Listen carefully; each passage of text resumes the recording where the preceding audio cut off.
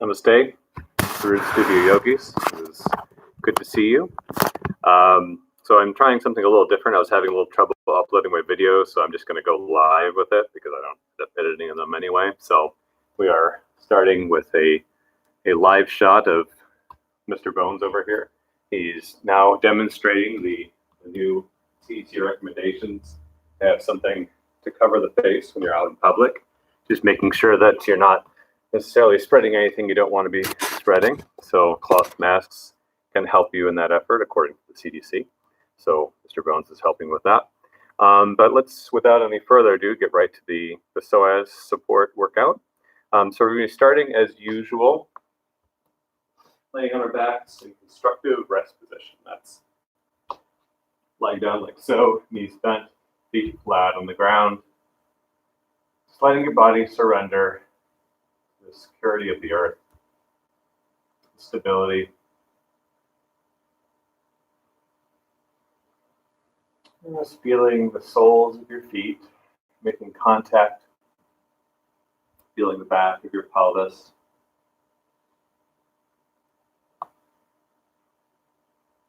Feeling your lower back against the ground, your mid back, your upper back. Feeling each of your shoulder blades and each of your arms. Laying the back of your skull. Feel this firm support under your mat.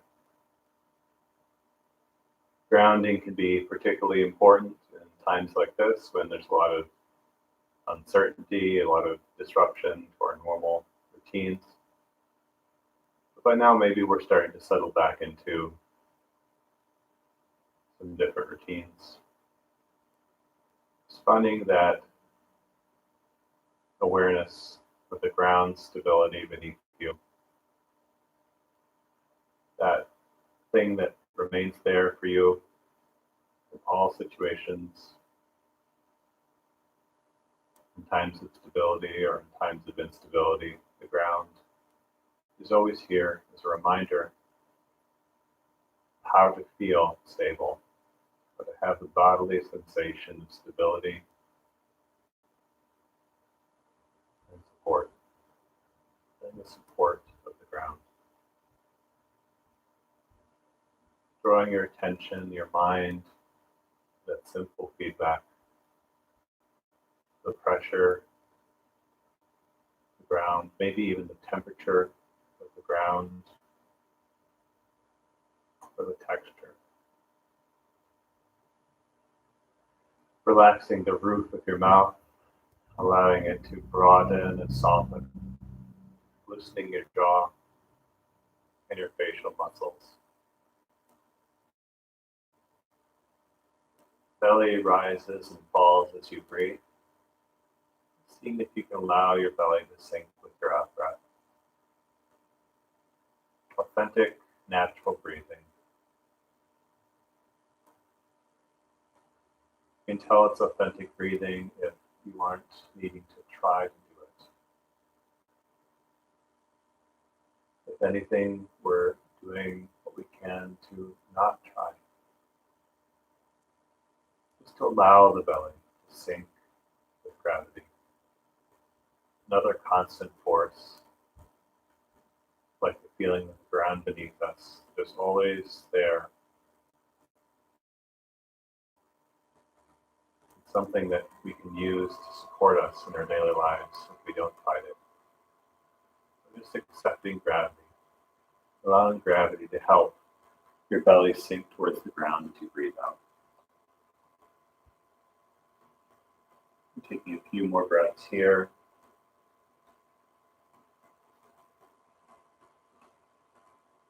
Ring the bell. Draw your attention back to the activity of practicing yoga.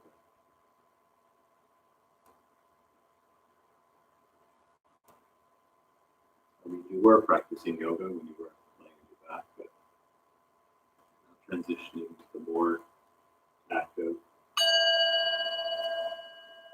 warming up.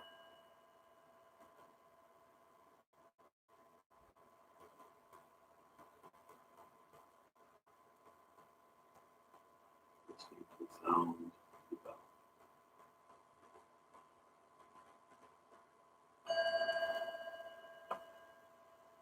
Taking a deeper in-breath, the longer out. Open your eyes, soft gaze, drawing your knees up towards your chest, and rolling over to your right side.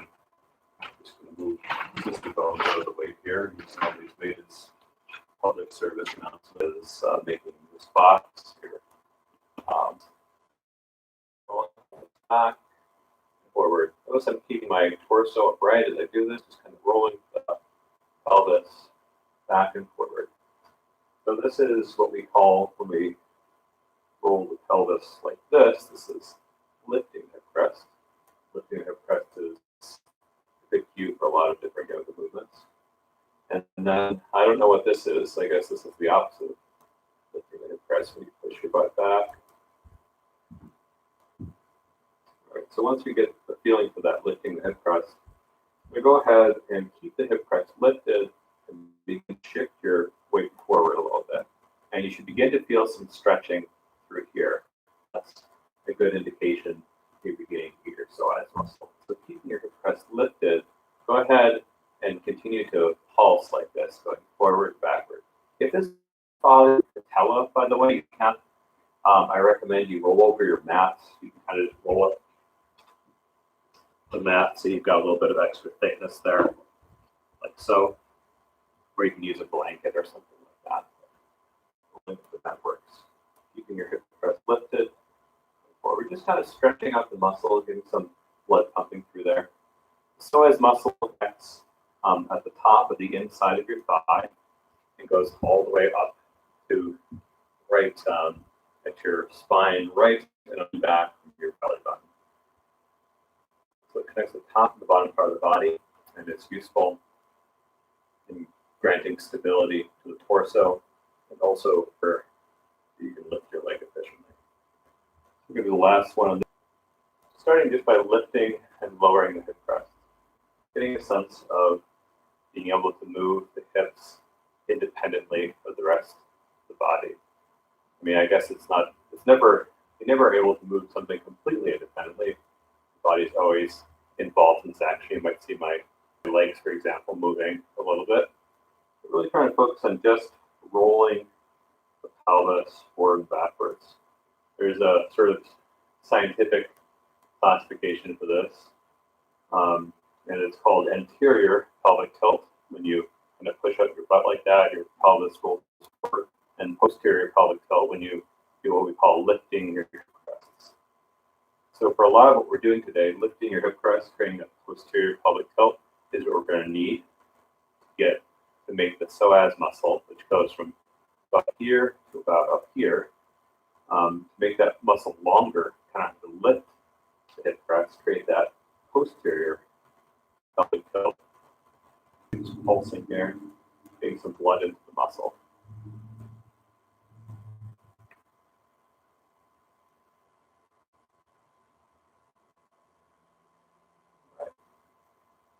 So our psoas muscles tend to be kind of chronically weak and tight. So just getting them some circulation in them before we start activating and using them a lot today is pretty important, just so that they're ready for our activity.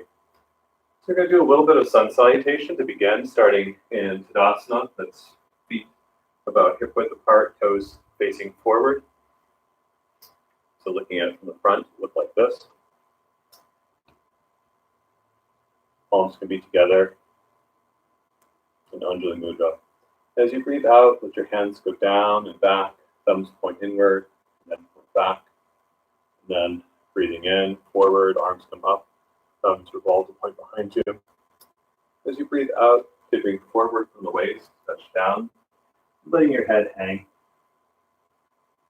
Then looking back, your legs, left leg will step back into low lunge. This can be with knee down or knee back. Your legs, left leg will step back into low lunge. This can be with knee down or knee up, and even knee a little bit forward, depending on the range of motion.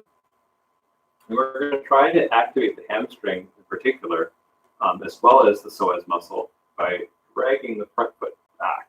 So you're going to drag it, psoas muscle, especially, and press the back foot down, drag it forward. And you'll feel that activation through your legs, active legs. Don't necessarily cue this completely each time, but just be aware when we're in this position to keep active legs. Back into downward facing dog. And then coming forward to plank or half plank. Plank is like so. Half plank would be with knees down, maybe with feet up. And coming down, body is all one piece. Elbows drawn in, down, pointing your nose down at the ground. Lifting your crest again, even in this position. So pelvis tilts like so. Bending between your shoulder blades, coming up into the cobra. And then pushing up and back into downward facing dog. From here, going to look between the hands where we're going to step forward. So now we're in this low lunge position on the opposite side, and knee can come down or hover depending on what you prefer. It's a little bit harder to have it off the ground, but it's whatever works for you. And you're going to engage our legs the same way as before, drawing the front foot back, back foot forward. So there's sort of a scissors motion going. Again, that should activate hamstrings and the psoas muscle, looking up. As you breathe out, stepping forward into forward fold, letting your head hang. With an in-breath, pressing palms into your shins, extending your spine. Body's kind of like the number 7. Forward fold, hang. And with the in-breath, coming all the way up, arms reach overhead. So we're in a low lunge on the other side. This time, instead of dragging your feet toward each other, the front foot's going to push forward, back foot's going to push back. Even if you're kneeling to the top of your leg, you're just working the psoas muscle in all of its different ranges of motion, getting strength and flexibility. As you step back, go down to downward facing dog, setting your hips up, back with your hands. Full breath in and out, always vacillating between breathing in and breathing out. Lifting your hip crests, and with your in-breath, bending between your shoulder blades to breathe in, coming up. Breathing out, pushing up and back, downward facing dog. Full breath in and out. And then when you're ready, with an in-breath, right foot steps forward. Extended lunge on the other side, maybe the knees down, maybe the knees up. Either way, trying to push your front foot forward as you push the back foot down to the ground and push it back. Really get some length. The psoas muscle in front of the thigh. And then with your out breath, stepping forward into forward fold, letting your head hang. With your in breath, peeking up, extending your spine. With your out breath, forward fold, letting your head hang. With your in breath, coming all the way up, arms reach overhead. As you breathe out, palms come back together. All right, so in sun salutation, whenever you're doing that, you can utilize that activity. You can drag that front foot back foot forward, and then alternate between dragging on one rep and then pushing with the other, just so you kind of get both ranges of motion with the psoas muscle.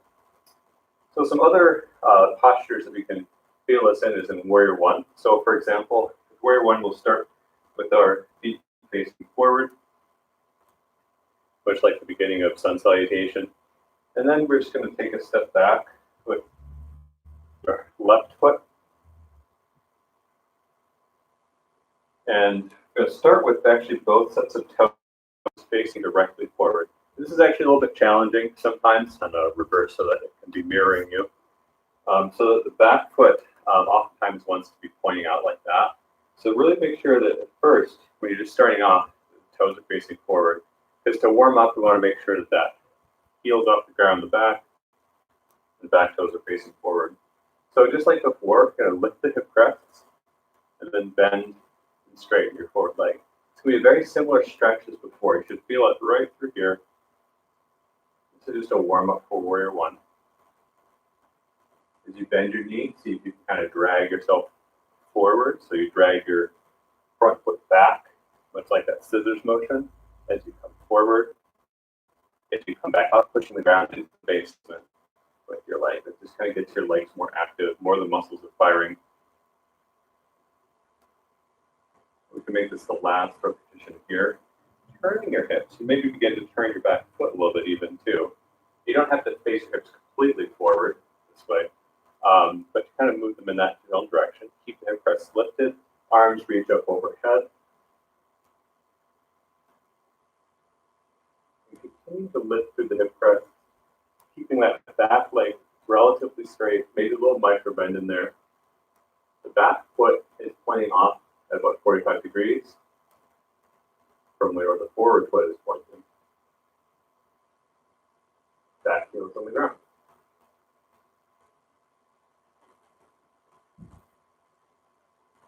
Continue to breathe, continue to feel the ground beneath you.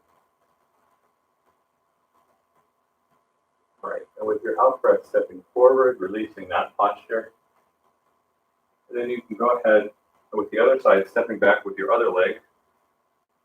Should be your right foot this time, I believe. Again, starting with that same idea of making sure that both sets of toes are facing forward. As you step back, your tendency will be to have your back toe go off a line like that, offline. So just start with toes facing forward. Eventually, we're going to get there where the back foot is offline. We're going to start with pointing the same direction as the front foot. And lifting hip crests, back heels off the ground, bending and straightening. Back heel comes down, straighten, bend, straighten. Keeping the hip crest lifting, just getting some blood pumping to the psoas muscle. As you come forward, dragging your front foot back, come back, pushing the ground into the basement. This stance can be wider than this if it feels good for you, but you don't really need the stance to be super wide to get activation to the psoas muscle. You can coordinate this with the breath, breathing in, to come forward, breathing out. You can make this your last one. Go ahead and turn your back heel inward, let it come down. Keep your hip crests lifted. Maybe alter turning your hips towards where the front foot's facing. And then arms raised up overhead, hip crest still lifting. Back heel's on the ground. Back foot is pointing off at about 45 degrees-ish. Super important exactly how many degrees that is. Continue to breathe. Feeling the ground beneath you. Seeing if you can relax the roof of your mouth.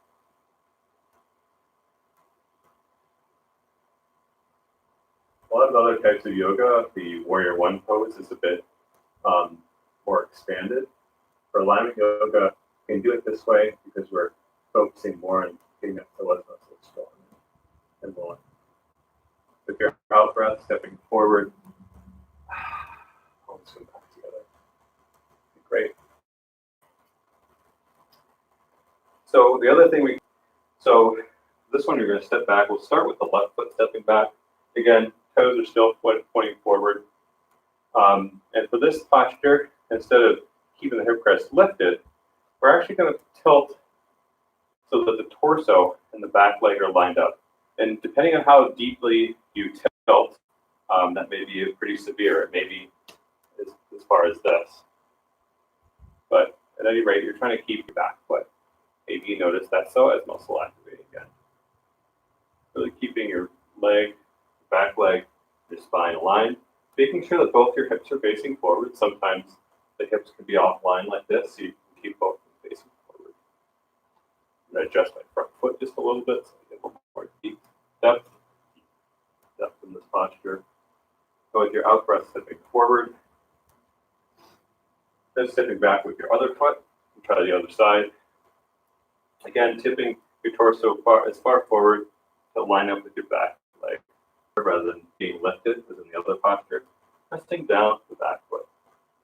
When you press down with the back foot, you may notice that the front foot actually has to activate a little bit more. A lot of intensity with the legs. We're going to bring this down. We're going to start with palms together into Tadasana, mountain pose, toes facing forward. We're going to bring ourselves down to the ground. A little flow as you breathe out. Hands go down and back.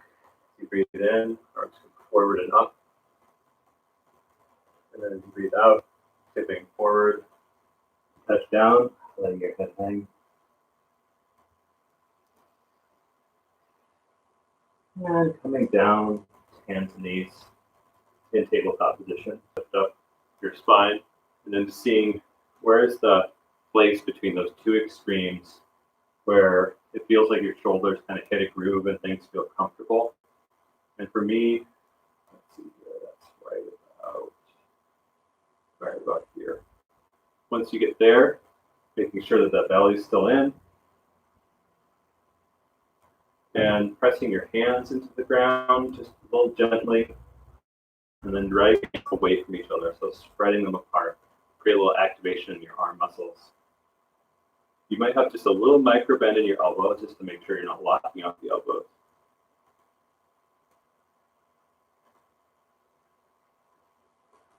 From this position, you can work with the psoas. I would recommend doing this with an out breath. So with an out breath, left knee comes towards left elbow, moves back. Then switch to the other side with an out breath, right knee towards right elbow, and then comes back. And right knee towards right elbow, and then back. Right. And if this is working out well for you, you can try to add another element to this, which is making it more like a bird dog. So with the out breath, drawing left knee towards left elbow. With the in breath, extending your left leg behind you. The out breath, drawing it towards the elbow, left elbow. The in breath, setting it behind you, continuing that way. Out, drawing towards the elbow, in, extending back. Out, in. And then this time, we're going to leave it out, so breathing in, out, and then breathing in, extending the left leg back, and you're just going to hold that position. Try to keep your pelvis level, so that your left hip is lifting up, so you can keep it level. And then with your out breath, coming back into regular tabletop, and then resting back into child pose, letting your arms have a little bit of time to recuperate.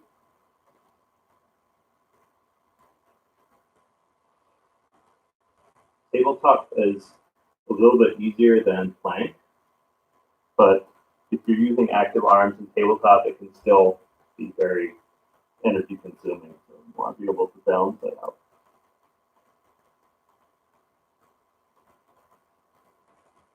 So child position can be done a number of different ways. One way is to keep both of your big toes together, kind of spread out your knees so your body goes between your knees. The other version, which sometimes people call embryo, is bring your knees together underneath your body and kind of folding your torso over your knees. I mean, you can be in different variations between those two. Embryo also typically has the arms back like this.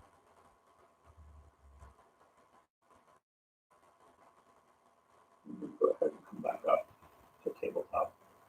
If you find that both the child positions are not your favorite, you can also do something where you end up keeping your knees towards your chest when you're leaving posture. All right, so back into tabletop, we're going to do the right side. We didn't forget about that. So as we breathe out, we're going to draw right knee towards right elbow, breathing in, sending the right foot back, making sure to keep the tabletop position. Making sure your belly is drawn in, pelvis is level.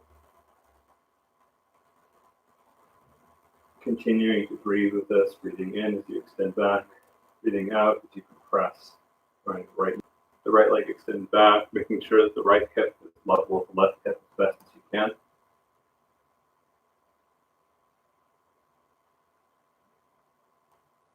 And then bringing both knees down, and then come back to a seated position, whatever is comfortable, maybe crisscross applesauce or kneeling position, whatever is comfortable for you. All right, so the next thing we're going to do is something very much similar to what we started with. So you might want to roll up your mat again if this bothers your knee. But this is going to be just about shoulder width apart of your left knee. Press your left knee inward as you press outward with your hand. So your knee and your hand are kind of in a tug of war. Let's get some activation through your body here. Right arm goes up. One arm, or you can have it at your chest. That works too.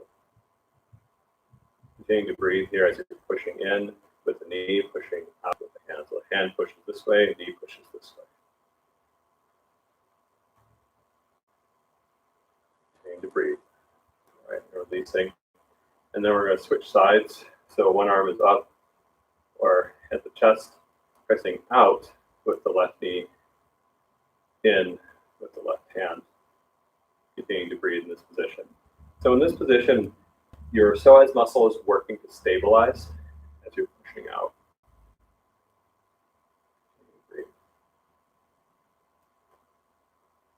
All right, and then release that. Then go ahead and switch knees, so drawing up your other knee this time. But mirroring you, this is going to be your right. So taking your left hand on the inside of your right knee, pressing your right knee inward and left hand outward. Continuing to breathe, keeping your torso upright. Don't want to lean too much. Try to keep that upright. Activating across the body. Keeping the hip crescent. Palm can be here or overhead, whichever you prefer. Continuing to breathe.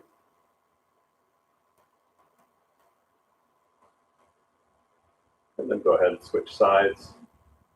Pressing out with the knee, pressing in with the hand. Continuing to breathe.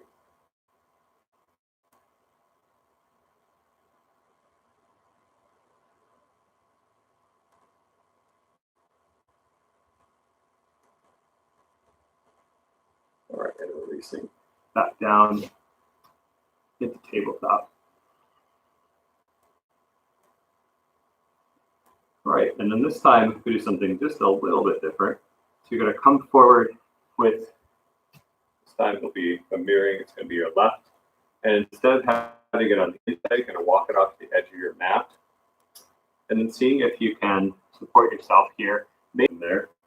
So with an in-breath, drawing the knee up, an out-breath, relaxing back down. Try to keep your torso in the same position. Really, this is another way of working the psoas muscle in its contracted space. Make it strong when it's short. Maybe your knee doesn't rest as high as mine, that's fine. You can have different heights for these blocks,